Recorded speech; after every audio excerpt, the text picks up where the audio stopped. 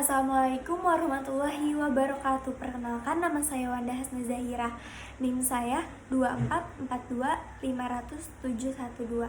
Di sini saya mau menjelaskan tentang hukum hubungan internasional.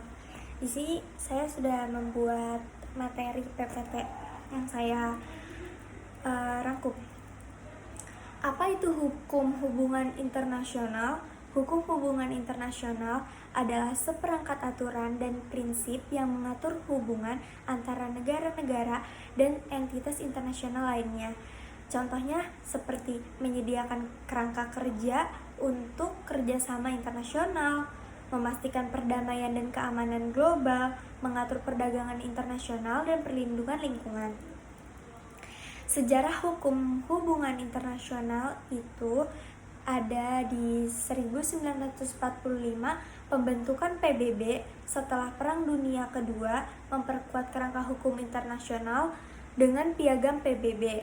1920, pembentukan Liga Bangsa-Bangsa setelah Perang Dunia Pertama untuk mempromosikan perdamaian dan kerjasama internasional. 1899 dan 1907, konferensi ini menetapkan dasar bagi hukum perang dan penyelesaian sengketa internasional. Di sejarah modern itu, peningkatkan peran organisasi internasional dan pengadilan internasional dalam mengembangkan dan menegakkan hukum internasional. Jadi, aktor-aktor dalam hubungan internasional itu ada aktor non-negara. Aktor non-negara seperti perusahaan multinasional berpengaruh dalam ekonomi global, dan LSM mengadvokasi isu-isu seperti hak asasi manusia dan lingkungan. Negara dan organisasi internasional itu entitas utama dalam hubungan internasional, memiliki kedaulatan dan hak untuk membuat perjanjian.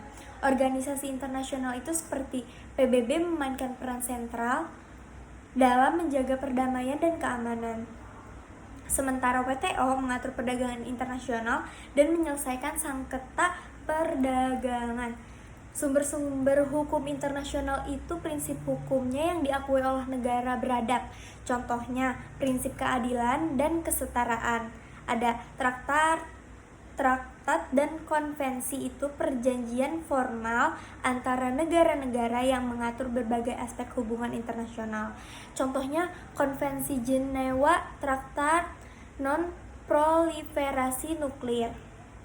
Ada kebiasaan internasional, praktik umum yang diterima sebagai hukum oleh komunitas internasional. Contohnya itu ada prinsip kebebasan navigasi di laut. Next, ada hak asasi manusia dalam hukum internasional. Ada tribun internasional, mahkamah internasional menyelesaikan sengketa antar negara dan memberikan pendapat hukum, pengadilan kriminal internasional atau disebut ICC, mengadili individu atas kejahatan internasional seperti genosida dan kejahatan perang.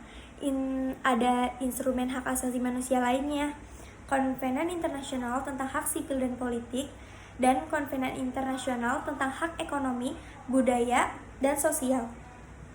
Deklarasi Universal Hak Asasi Manusia atau disebut DUHAM, dokumen yang menetapkan hak asasi manusia dasar yang harus dihormati oleh semua negara. Penyelesaian sengketa internasional itu ada mediasi, proses menyelesaikan sengketa dengan bantuan mediator yang membantu para pihak mencapai kesepakatan. Ada arbitrase internasional, proses penyelesaian sengketa di luar pengadilan melalui arbitrator yang netral. Dan ada mahkamah internasional, mengadili utama PBB untuk menyelesaikan sengketa antar negara. Next, ada hukum lingkungan internasional, Konvensi Paris 2015, itu perjanjian internasional untuk mengurangi emisi gas rumah kaca dan membatasi pemanasan global. Next, ada peran Perserikatan Bangsa-Bangsa. Ada sanksi internasional. PBB dapat memberlakukan sanksi untuk menekankan negara yang melanggar hukum internasional. Contohnya seperti sanksi terhadap Iran atas program nuklirnya. Yang kedua, ada operasi penjaga perdamaian. Operasi penjaga perdamaian adalah misi PBB untuk menjaga perdamaian dan keamanan di daerah konflik. Contohnya adalah misi penjaga perdamaian di Kongo dan Lebanon. Yang ketiga, ada pengembangan hukum internasional. PBB memainkan peran kunci dalam merumuskan dan mengadopsi traktat internasional. Contohnya adalah Piagam PBB dan Deklarasi Universal Hak Asasi Manusia. Yang selanjutnya ada perdagangan internasional dan hukum ekonomi. Traktat perdagangan multilateral, ada NAFTA, perjanjian perdagangan bebas antara Kanada dan Meksiko. Ada peran WTO menyelesaikan sengketa perdagangan antar negara dan mengawasi implementasi perjanjian perdagangan. Ada prinsip-prinsip hukum perdagangan, prinsip non-diskriminasi dan perdagangan bebas diatur oleh perjanjian seperti GATT dan WTO.